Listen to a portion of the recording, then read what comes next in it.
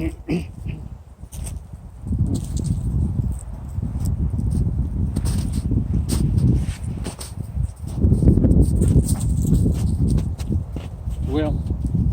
I have a short story today. This is Bo.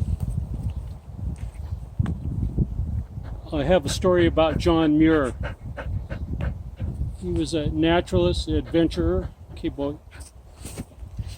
Naturalist and adventurer that spent most of his life around Yosemite in California, but also he traveled to Alaska, I believe, 4 times.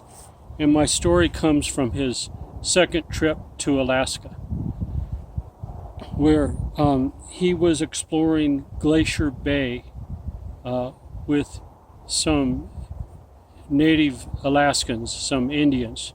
And he had a reverend friend, Reverend Young. And Reverend Young had a little dog, a mixed breed dog, probably had a lot of collie in him. He had a curved tail and he was black. And that dog loved the outdoors like Bo does, like a lot of dogs do. It's sort of in their nature. They get it probably from their wolf ancestors. They love being outside. And so Stickeen went with John Muir on his canoe trip to explore the glaciers. They were camping, and one day they came up to an area where there were steep cliffs all along the ocean where they were traveling in their canoes, and they were worried that they weren't going to find a bay to set camp in for the night, and the sea was very rough, so they were very concerned. But they found Taylor Bay. It was it was a valley that emptied out of a glacier, and there were big spruce trees down. Move over, Bo. Down at the base of the glacier, and that's where they set camp. And everybody went on shore, and they had a good dinner. And John Muir, he had planned to explore the glacier the next day. He woke up really early, went before light, and he grabbed some bread, put it in his pocket. When he went on his trip, even his backpack trips, all he carried were loaves of bread. That's all he ate. Scoot over, boy. Good boy. That's better. And he tried to sneak out of camp before the dog saw him, because the dog had been in the habit of always following John Muir, because he knew John Muir would take him somewhere, in the mountains or in the forest. And on this day, it was up a glacier. But John Muir tried to sneak out of camp at Stickeen, came out of a tent, and followed John. And John Muir tried to send him back, but Stickeen wouldn't have anything of it. He wasn't going to go back. So John Muir said, "Okay, you can come with me, Stickeen." And he broke off some bread from the bread loaf he had in his pocket, gave it to Stickeen. Also, I should tell you now that the reason... Oh, here's Haley. Come here, Haley. Up. Haley, up. Here's Haley. Come on, girl. Up. There you go.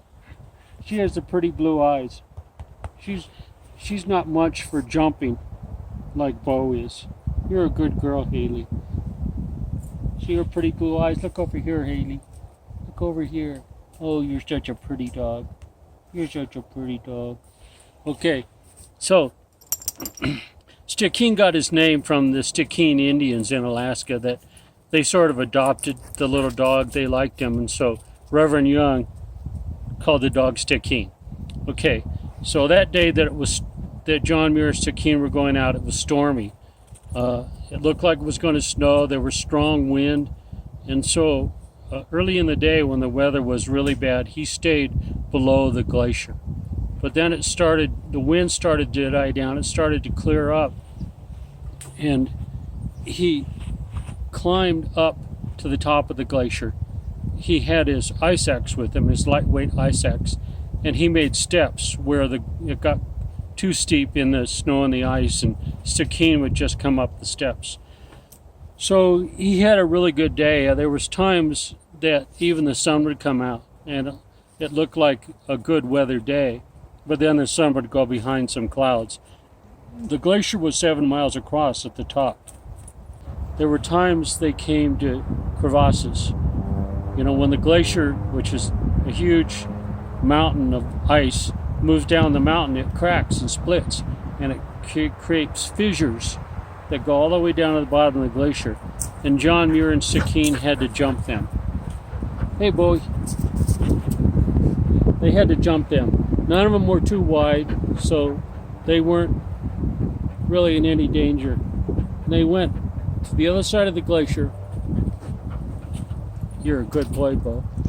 And he explored a side valley of the glacier all the way up to where it emptied into a lake of beautiful turquoise blue water. See, glacial meltwater has small particles in it, and that's what makes it turquoise blue.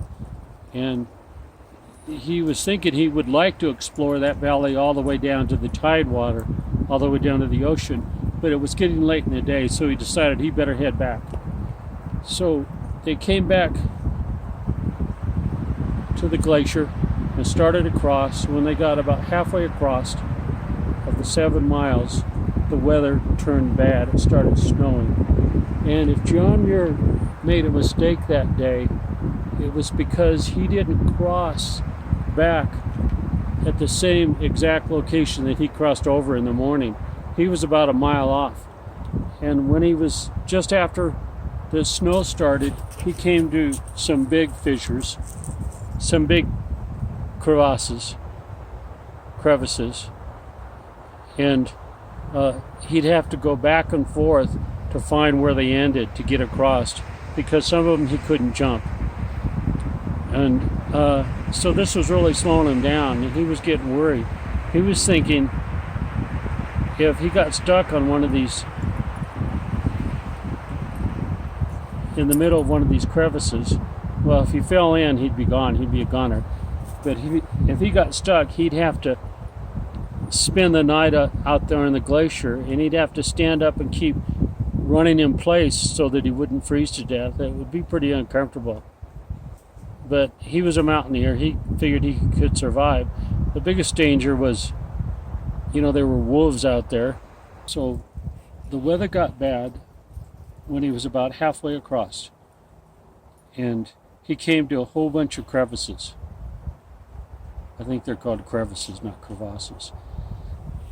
And there was one he had to jump that he actually had to make a step so his feet wouldn't slip when he was jumping across.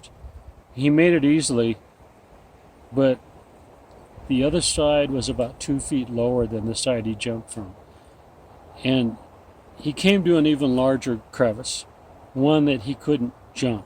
There was no way. It was like 30 feet. So he went to see if he could find a way around it, one way and then the other. Excuse me. And to his horror, he found it connected with the crevice he jumped. So now he was in a predicament, and he didn't know what to do, and he was really worried, but he stayed calm. And he found one possible way he could get across, where there was an ice bridge. Or sometimes when these crevices slide down the mountain, a sliver of ice connects them, and over time it slowly sinks. And there was one that went across, it sunk about 30 feet in the middle. It was wide enough to hold him, but in the middle was like a knife edge, where it slowly melts off over years. And that was Muir's only chance. So what he did is he made steps down to the bottom, down to the 30 feet. He'd make a step with his ice axe, get in it and lean against the side, reach down as far as he could and make another step. He got down to the bottom, and then he had to use his ice axe and cut off that knife edge. He made a little furrow that he could just get his knees in and he inched forward through that furrow that he made chopping with his ice axe. He got to the other side and he made steps up the other side. And these steps, when he made them angle in a little bit, so they dipped a little bit, which would give him some leverage when he was climbing up them. And he did this without thinking. This was a survival situation. And he made it up to the top, and he was so relieved. But he was worried because it was getting close to dark. So he called the dog, Stickeen. Stickeen had jumped all the crevices, but this one he wouldn't come across, and he was worried. He whined and cried on the other side. He ran one way and ran another way, trying to find another way across, but there wasn't one. John Muir encouraged him. He pleaded with him, "Come on, Stickeen, I'm going to have to leave you. We can't stay out here." And he even went and left Stickeen, thinking that him being gone would cause Stickeen to cross the ice bridge. It didn't work.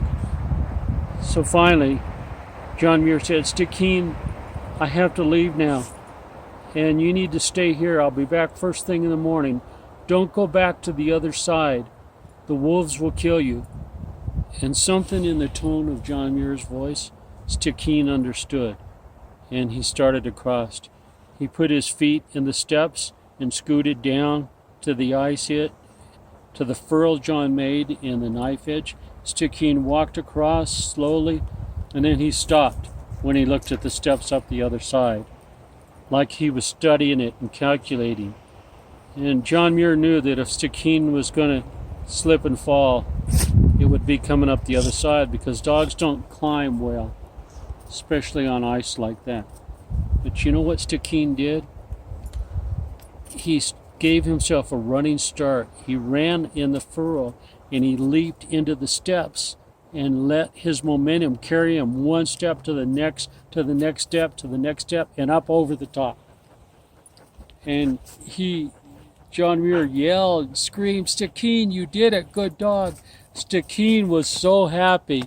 He was wagging his tail, his whole body was waggling, and he was rolling around, and he ran off a little ways, and he come back, and he jumped in the air and almost knocked John Muir down. This dog was out of his mind, happy. That's what happens when you're worried you're not going to survive, and then you get yourself out of a tough spot like that. And the dog was crying and barking and squealing and licking John Muir's face.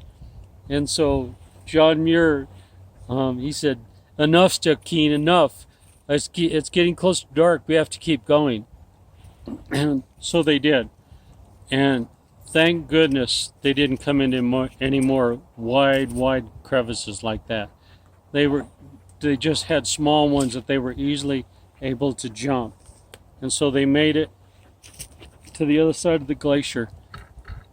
Oops, Haley, come here, Haley. They made it to the other side of the glacier. And then they climbed down through the spruce forest.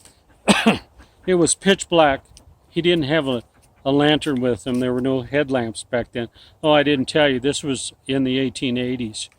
And the Reverend and the people he was camping with, the Indians, they had made a big fire so John Muir would see where camp was. And he made it to camp, and he was so exhausted that he had to sleep before he had dinner, and so did Stickeen. And after a couple hours, they got up, and they had dinner, and then they slept. And John Muir wrote in his book that after that, Stickeen was a changed dog. He would not let John Muir out of his sight. He slept in the tent with him, and he always followed him. And sometimes when they would sit together on their journeys, on their adventures, Stickeen would look at him and say, it was like he was thinking, "What a time you and I had on that glacier. You know, what a time," and we survived. And so John Muir, he wrote, that's the end of the story. John Muir, he lectured around the country. That's how he made money. And his favorite story every time he lectured was the story of his adventure on the glacier with the little dog Stickeen. And so I had to summarize it, but there's many different versions of Stickeen that you could check out, and I will screen print some of the pictures from these books and give a link to you online in Google Photos. So that's the story of Stickeen and John Muir in the glacier. So, one last thing I have to tell you about Stickeen is that, you know, John Muir did an old net dog, and he had to go back to California where he lived. And when he got in the canoe to go get in the boat, and Stickeen was staying on the dock with his owner, the Reverend, and Stickeen saw John was leaving, and he actually jumped into the ocean, jumped into the water, and swam over to the canoe to be with John Muir. John Muir had to take him back. So anyway, that's the story of John Muir and Stickeen. I haven't practiced it as much as I normally do. I practice it by telling in each of the classrooms, 19 a month. And so this is actually the first time I told it. You know, I could do better, but I think you get the gist of it. So, we're gonna wish you well and be safe during these strange times with coronavirus. In my lifetime, I've never experienced anything like this. I'm thankful that things are starting to loosening up a little bit, and maybe in about a week, me and the dogs can go on a backpack trip. Not too far, but we'll go somewhere off trail where we won't see any people and we'll be totally safe. So this is Haley again. Thank you for listening.